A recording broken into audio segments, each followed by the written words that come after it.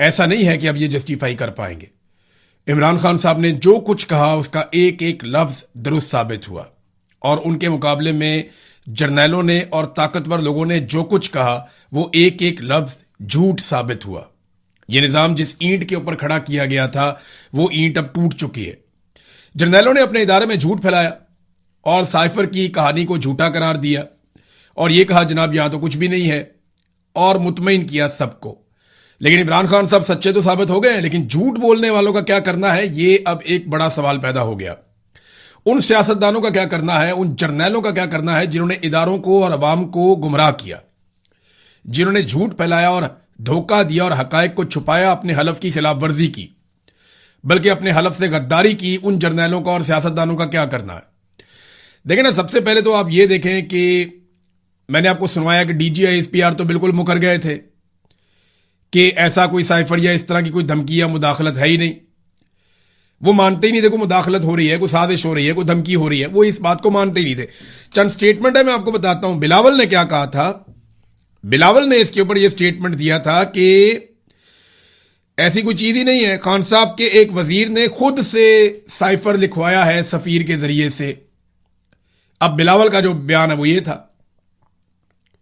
مریم نواز کا بیان تھا یہ خط نہ تھا نہ ہے, یہ بس ایک ڈرامہ تھا, یہ مریم نواز نے کہا تھا. فضل الرحمان نے اس دن یہ کہا تھا کہ خط آیا, دھمکیاں دیں, کسی نے کوئی دھمکی نہیں دی, کوئی کسی نے خط نہیں لکھا, یہ سب جھوٹ ہے. فضل الرحمان کا یہ سٹیٹمنٹ تھا. جو شاہد خاقان عباسی جنہیں عمران خان صاحب کی حکومت گرنے کے وقت وہ نواز شریف کے ساتھ تھے اور پی ایم ایل این میں تھے اور سابق وزیر اعظم بھی رہے, وہ یہ کہتے ہیں کہ خط ہے ہی نہیں, یہ ایک تماشا ہے, بس کچھ بھی نہیں ہے ایسا. اور شہباز شریف نے اس وقت ایک دعویٰ کیا تھا کہ اگر, اور یہ اسمبلی میں کھڑے ہو کر شہباز شریف نے کہا تھا کہ اگر واقعی ثبوت ہے اور عمران خان صاحب فراہم کریں کہ بیرونی مداخلت ہوئی ہے تو میں عمران خان کے ساتھ کھڑا ہو جاؤں گا. اب ہو گیا ثابت. اس وقت کے جو جرنیل تھے وہ بلا کر میٹنگز کے اندر تمام صحافیوں کو اور سب کو یہ کہتے تھے کہ جناب سائفر نام کی کوئی چیز نہیں ہے, کوئی ایسا خط, کوئی لیٹر, کوئی دھمکی نہیں ہے, یہ جھوٹ بولتے ہیں. اور میں کیونکہ اس کو ذاتی طور پہ جانتا تھا تو میں آپ کو سنواتا ہوں. ایکچولی بہت ساری چیزیں ہمیں رائٹ ٹائم کا انتظار کرنا پڑتا ہے. میں کئی مرتبہ پہلے آپ کو بتا چکا ہوں, لیکن اب ذرا آپ اس کو دیکھیے, آپ کو آئیڈیا ہو جائے گا. یہ میرا ویلاگ ہے 10 مارچ 2022 کا. 10 مارچ 2022 کو میری اس وقت کے وزیر اعظم عمران خان صاحب سے ملاقات ہوئی تھی.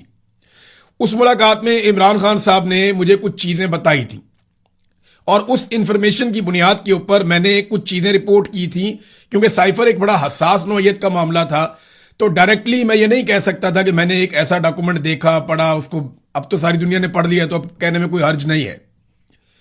لیکن ذرا یہ دیکھیے, کیونکہ میں اور ارشد شریف ہم دو لوگ اس کے بارے میں جانتے تھے. ارشد شریف نے بھی اپنے طریقے سے ان کو رپورٹ کیا تھا, آج ان کی بات سچی ثابت ہو گئی. اور میں نے اسی دن 10 مارچ کو, کیونکہ عمران خان صاحب کو یہ پتہ ہی 10 مارچ کو چلا, 9 کی رات اور 10 کو پتہ چلا, کیونکہ 8 تاریخ کو جو ہے وہ تحریک عدم اعتماد لائی گئی تھی اور 7 تاریخ کو سائفر آیا تھا, جس کی بنیاد پہ باجوہ نے جرنیلوں کو قائل کیا تھا کہ عمران خان کی حکومت اب ہمیں گرانی پڑے گی کیونکہ امریکہ اور یورپ ہمارے خلاف ہو رہا ہے. تو اب میں نے کیا بتایا تھا آپ کو, ذرا یہ سنیں آپ.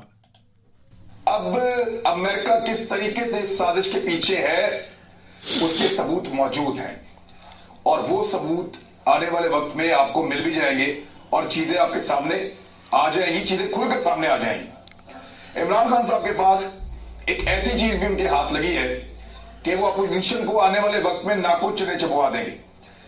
اور ابھی میں وہ چیزیں آپ کو نہیں بتا سکتا, لیکن فی الحال آپ صرف اتنا سمجھ لیں کہ جو سینیریو میں سمجھ کر آ رہا ہوں اس میں عمران خان کہیں نہیں جا رہے.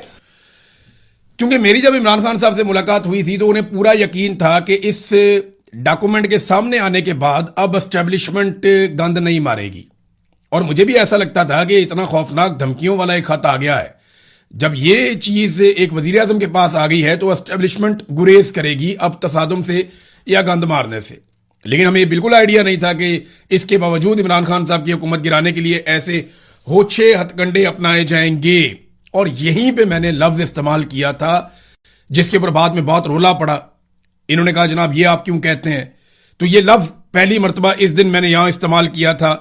یہ بھی 10 مارچ 2022 کی بات ہے, یہ بھی جناب آپ سنیں. اب अमेरिका इस सारे गेम के पीछे है, उसका एक सबूत तो मेरे पास भी है, मैं आपको दिखा देता हूं, आपको बता भी देता हूं। बल्कि बहुत सारे अमेरिकी सदर हैं, वो बार बार रेजीम चेंज की बात करते रहे। डोनाल्ड ट्रंप ने ये बात की, ये बात जो है वो बराक ओबामा ने की, ये बात जो है वो बुश ने की, ये बात रेगन ने की। अमेरिका के जितने भी सदूर आते रहे हैं वो दुनिया के मुख्तलिफ ममालिक में रेजीम चेंज करते रहे हैं और वो उसका बरमला इजहार भी करते रहे हैं। बारहा अमेरिकी सदरों ने कहा, या उनके सदूर ने कहा कि हमने सीआईए के जरिए से फला मुल्कों की हुकूमतें गिरा दी या वहां का हमने रेजीम चेंज कर दिया है। अब पाकिस्तान के साथ जो उनका फड्डा शुरू हुआ वो एब्सोल्युटली नॉट के बाद शुरू हुआ और पहुंच गया है तहरीके अदम एतमाद तक, और इसके अब सबूत मौजूद हैं। ऐसा नहीं है ये बातें हवा में हैं, अब इसके सबूत मौजूद हैं कि अमेरिका का इसमें क्या दिलचस्पी और किस तरीके से उसने इन्फ्लुएंस किया है। और ये सबूत इस वक्त पाकिस्तान के पास, मैं किसी आदमी का नाम नहीं ले रहा, पाकिस्तान के पास, रियासत के पास ये मौजूद है कि अमेरिका ने पाकिस्तान के अंदर मुदाखलत करने की कोशिश की है। देखें जी, ये मैंने आपको 10 मार्च 2022 को बताया था कि रिजीम चेंज ऑपरेशन अमेरिका करता है और एब्सोल्युटली नॉट के बयानिए के बाद ये पाकिस्तान के गले में पड़ गया है। मैंने आपको ये भी बताया कि इमरान खान के पास एक सबूत है, एक ऐसी चीज उसके हाथ लग गई है कि वो अपोजिशन के गले में फंसा देगा, और इमरान खान ने एग्जैक्टली वैसा ही किया। हाँ, ये अंदाजा हमारा इमरान खान साहब का भी उस वक्त और मेरा भी गलत साबित हुआ कि पाकिस्तान की मिलिट्री एस्टेब्लिशमेंट इस किस्म की बैरूनी मुदाखलत का हिस्सा शायद ना बने, और तब तो बिल्कुल ना बने जब सबूत वजीर आजम के हाथ में लग गए हैं, लेकिन वो बने। उन्होंने इस साजिश का हिस्सा बनने की कोशिश की। अब एक बात तो साबित हो गई, साजिश भी थी, मुदाखलत भी थी और एक्सटेंशन की खारिश भी थी। लिहाजा ये अब किसी और चीज की जरूरत नहीं है, सबको समझ आ गई है और सच एक दिन सामने आ जाता है। इमरान खान साहब ने, बल्कि मैं आपको सुनवाता हूं इमरान खान साहब ने कैसे ये जुमले बोले थे जब उन्होंने कहा था कि सच्चाई छुप नहीं सकती, वो सामने आती है। कई मर्तबा उन्होंने कहा, लेकिन ये आप जरा सुनिए इमरान खान साहब के अपनी आवाज में सुनिए आप। लाल हक है, सच का खुदा है, उसका वादा है कि थोड़ी देर लगेगी लेकिन सच हमेशा लोगों के सामने आता है। इज्जत भी वो देने वाला, जिल्लत भी उधर से ही आती है, वो आती है इंसान के अमाल की वजह से। तो अगर मेरा ज़मीर कहता है कि मैंने कोई गलत नहीं किया तो मुझे, मेरा ये ईमान है कि वो ऊपर वाला मुझे ना कभी जलील होने देगा, ना कोई मुझे जलील कर सकेगा। देखें, अल्लाह रब्बुल इज़्ज़त ने, इमरान खान ने कहा मेरा ईमान है कि मुझे ये जलील नहीं कर पाएंगे, और वो नहीं कर पाए। आज 4 साल के बाद इमरान खान साहब का जो सच है वो सबके सामने आकर खड़ा हुआ है। फजलुर रहमान ने कैसे इस बात का एतराफ किया कि जर्नैलों ने अमेरिका के कहने के बाद एक साजिश की और सबको बुलाकर कहा कि तहरीक अदम एतमाद को कैसे कामयाब बनाना है। ये फजलुर रहमान साहब इंकशाफ कर चुके हैं। जरा नदीम मलिक साहब के शो में उन्होंने क्या कहा था, इस मौके पर यह सुनना भी बहुत जरूरी है ताकि सारी कहानी जो है वो समझ आ जाए। ये सुने आप। और उस वक्त जनरल बाजवा और जनरल फैज आपसे रास्ते में थे जब ये लोग टूट के पीटीआई से और एमकेएम और बाप पार्टी इधर आ चुके थे? वो बिल्कुल रास्ते में थे और उनकी मौजूदगी में सबको बुलाया गया और सबके सामने उनसे कहा गया कि आपने ये इस तरह करना है और इस तरह। सब कौन थे वो? सब पार्टी, नून लीग और पीपल्स सब पार्टी। पार्टियां, और उनका नाम बदले आओ। और उनको किसने कहा कि ये करना? सब पार्टी। किसने कहा ये करना? बाजवा साहब और फैज अली साहब दोनों थे। क्या कहा उन्होंने? यही कहा कि आप लोगों ने क्या करना है, जिस तरह चलना है क्या करना है। नो कॉन्फिडेंस के हवाले से दोनों ने, और सब ने उसके ऊपर हाँ में हाँ भरी। फिर तो ये कहना चाहिए कि मूव जो थी वो उधर से थी, नून लीग और पीपल्स पार्टी ने सिर्फ मोहर लगा दी। आप वाकई सही साहब हैं, आपने बात निकाली ली उनसे। तो फिर तो जनाब ये देखें ना, फजलुर रहमान साहब ने भी एतराफ कर लिया कि हमने जर्नैलों के कहने के ऊपर, जर्नैलों ने हमें बुलाया, हम उनके साथ बैठे और उन्होंने हमें हुक्म दिया कि अब आपने तहरीक अदम एतमाद करनी है। और उन्होंने बाप पार्टी के लोग, बाकी पार्टियों के लोग, एमकेएम के लोग या इमरान खान की पार्टी के अंदर से तोड़े हुए एमएनएज वो इकट्ठे करके अपोजिशन को दिए कि जनाब अब आप हुकूमत गिरा दें इमरान खान की। और जनरल बाजवा और जनरल फैज का नाम लिया गया। जनरल नदीम अंजुम इसके अंदर पूरी तरह से शामिल थे, लेकिन जब फजलुर रहमान साहब ने ये इंटरव्यू दिया था उस वक्त नदीम अंजुम DGISI थे और ये बहुत जालिम आदमी थे। लिहाजा जो फजलुर रहमान साहब हैं उन्होंने गुरेज किया नदीम अंजुम का नाम लेने से। अगर आज वो इंकशाफ करेंगे तो वो नदीम अंजुम का नाम शायद जरूर लेंगे। नाज़रीन, तहरीक इंसाफ को अब तहरीक चलाने के लिए, हुकूमत को एक्सपोज करने के लिए, हुकूमत और एस्टेब्लिशमेंट को दीवार के साथ लगाने के लिए ऐसा मौका शायद पहले कभी नहीं मिला जो मौका उन्हें आज मिल गया है। अब उन तमाम किरदारों को, उन तमाम जर्नैलों को और सियासतदानों को बेनकाब करने का वक्त आ गया है जो धमका रहे थे, जिन्होंने ये कहा कि जनाब कुछ नहीं होता, ये तो है ही कुछ नहीं। बल्कि हम जब वजीर-ए-आज़म हाउस में मौजूद थे ना, आखिरी रात जब इमरान खान साहब की हुकूमत गिराई जा रही थी, तब इमरान खान साहब ने कोशिश की कि कुछ और सहाफियों को बुलाकर भी साइफर दिखा दिया जाए। उन्होंने उसे महदूद पैमाने पर डी क्लासीफाई करवाया कैबिनेट के एक इजलास में, और वो दिखाना चाहते थे, लेकिन वहां पे जो फौजी मौजूद थे उनमें से एक ने, मैं, शहीद अरशद शरीफ और एक और जर्नलिस्ट हमारे साथ शायद साबिर भाई थे मेरे ख्याल में, हम वहां पे खड़े थे और उन्होंने आकर हमें कहा, एक फौजी ने, कि सर इट कैरीज वेट, कि सर ये बहुत वजनी है, आप इसको मत देखें। लेकिन वो नहीं जानता था कि हम में से कुछ लोग तो इसके बारे में बहुत कुछ पहले से ही जानते हैं। इमरान खान साहब वैसे भी 27 मार्च के जलसे में इसका पोल खोल चुके थे, और उससे पहले 10 मार्च को इमरान खान साहब से मुलाकात के बाद मैंने अपने वीलॉग में वो सारा रिकॉर्ड बयान कर दिया था कि इमरान खान के हाथ में एक ऐसी चीज लग गई है, और वो आज मैंने आपके सामने दोबारा आपको सुनवा भी दिया। 4 साल लग गए इस सच को, इस हकीकत को सामने आने में। आज कासिम सूरी से माफी कौन मांगेगा? इमरान खान साहब ने जब सुप्रीम कोर्ट ऑफ पाकिस्तान में बात करना चाही, जब वो जेल में थे वीडियो कॉल के ऊपर, तो उन्हें जजों ने चुप करवा दिया कि साइफर के ऊपर बात ना करें। साइफर के मामला रद्दी की टोकरी में गया हुआ है। वो केस इमरान खान साहब के ऊपर साबित नहीं हुआ, लेकिन कभी मौलवी लॉन्च किए गए, कभी कुछ। इंजीनियर मोहम्मद अली मिर्जा साहब ने कहा कि इसमें इमरान खान कभी नहीं बचेगा। मैं जाती तौर पे जानता हूं, उन्होंने कहा था, और बहुत सारे लोगों ने बहुत सारी बातें की थी। यहां पे सहाफियों ने कहा कि अगर ऐसा कोई लेटर होगा तो हम सहाफत छोड़ देंगे, अगर ऐसी कोई तहरीर मौजूद है या कोई धमकी मौजूद है तो हम अपना काम छोड़ देंगे। लेकिन जर्नैलों ने जो जो कहानियां सहाफियों को सुनाई, मौलवियों को सुनाई, जहां जहां पे सुनाई, वो सारी झूठी साबित हो गई। किसी एक चीज में भी कोई एक हकीकत साबित नहीं हुई। तो ये है नाजरीन साइफर, जिसने बुनियादें हिलाकर रख दी हैं। और अब इस पे ये नहीं बात की जा रही कि साइफर के अंदर लिखा क्या हुआ है। किसी को खैरत नहीं आ रही कि पाकिस्तान को धमकियां दी गई थी, किसी को शर्म नहीं आ रही कि पाकिस्तान को जो है वो दीवार के साथ लगाया गया था और बाद में हुकूमत गिरा दी गई। सारे ये बात कर रहे हैं, ये मंजर आम पे कैसे आ गया, ये बाहर कैसे निकला है। और भाई साइफर बाहर निकलना ज्यादा बड़ी बात नहीं है, पूरी दुनिया में डॉक्यूमेंट लीक होते हैं। बड़ी बात यह है कि एक खुद मुख्तार मुल्क, एक आजाद मुल्क, एक एटमी कुव्वत, उसके ऊपर एक secretary of the state level का छोटा सा आदमी जो है, वो डिप्टी सेक्रेटरी था, इस लेवल का आदमी जो है डोनाल्ड लू, वो हुक्म सादर कर रहा है कि अपनी हुकूमत गिरा दो, और यहां पे अपनी हुकूमत गिरा दी गई। असल बात यह है, इसके कंटेंट पे बात होनी चाहिए, इसको पढ़ें और शर्म करें। नाज़रीन, अब देखना यह है कि पाकिस्तान तहरीक इंसाफ इस मौके से फायदा उठा सकती है या नहीं उठा सकती। इमरान खान साहब का वो बयानिया जो कहीं पे अधूरा रह गया था, वहां पे अब ये लिंक सारे मुकम्मल हो गए हैं। अब इन पे क्या किया जा सकता है देखते देखें। हमारे जो जर्नलिस्ट हैं, दानिश्वर हैं, उनकी तवज्जो इस बात पे नहीं है कि पाकिस्तान के साथ ये मौजूदा रजीम क्या कर रहा है। वो अपनी रोटियां और अपने इश्तिहार पक्के कर रहे हैं। मिसाल के तौर पे यहां पे अंसार अब्बासी साहब ने एक कॉलम लिख दिया कि जनाब बहुत मुश्किल काम है जो मरियम नवाज ने कर दिखाए, यानी मरियम नवाज ने बहुत मुश्किल तरीन काम कर दिखाए। ये कॉलम लिख दिया अंसार अब्बासी साहब ने। अगर वो ये कॉलम ना लिखते तो मुझे कभी भी ये सोचने का मौका ना मिलता कि वो कौन से ऐसे मुश्किल काम है जो मरियम नवाज ने कर दिखाए। यानी वोट को इज्जत दो का नारा लगा के इन्होंने बूट को इज्जत दे दी। वाकई बहुत मुश्किल काम था। गुर्बत से खुदकुशियां करते हुए अवाम के सूबे में अयाशी वाला महंगा तरीन जहाज खरीदना वाकई बहुत मुश्किल काम था। जिस सूबे में 1 करोड़ से ज्यादा बच्चे स्कूलों से बाहर हों, वहां महंगी तरीन गाड़ियां लेना, हद से ज्यादा प्रोटोकॉल लेना, वो वाकई बहुत मुश्किल काम है। अपने पूरे टब्बर समेत सारा इलेक्शन हार के जाली फॉर्म 47 के ऊपर सीटों पर ढिटाई के साथ कब्जा कर लेना वाकई बहुत मुश्किल काम है। एक सरकारी मुलाजिम फील्ड मार्शल को इज्जत, एहतराम और मर्तबे में अपने वालिद से भी आगे रखना, यह वाकई बहुत मुश्किल काम है। 5300 अरब की करप्शन के बावजूद ढिटाई से खोखले दावे करना वाकई बहुत मुश्किल काम है। मावरे अदालत हजारों लोगों को सीसीडी के हाथों कत्ल करवाना भी यह वाकई बहुत मुश्किल काम है, क्योंकि अदालत के जरिए तो यह काम नहीं हो सकता, मावरे अदालत ही करना पड़ेगा। तो मुश्किल काम है। कौम के अरबों रुपए अपनी और अपने बाप की तशहीर में झोंक देना, यह भी वाकई एक बहुत मुश्किल काम है। बैड गवर्नेंस और बदतरीन मुआशी कारकर्दगी दिखाने वाले सूबे की हुक्मरान होने के बावजूद बार बार अपनी सहेलियों और साथियों के साथ बैरून मुमालिक की सैर पर निकल जाना, यह भी बहुत मुश्किल काम है। तंदूर पर रोटियां लगाना तो बहुत ही मुश्किल काम है।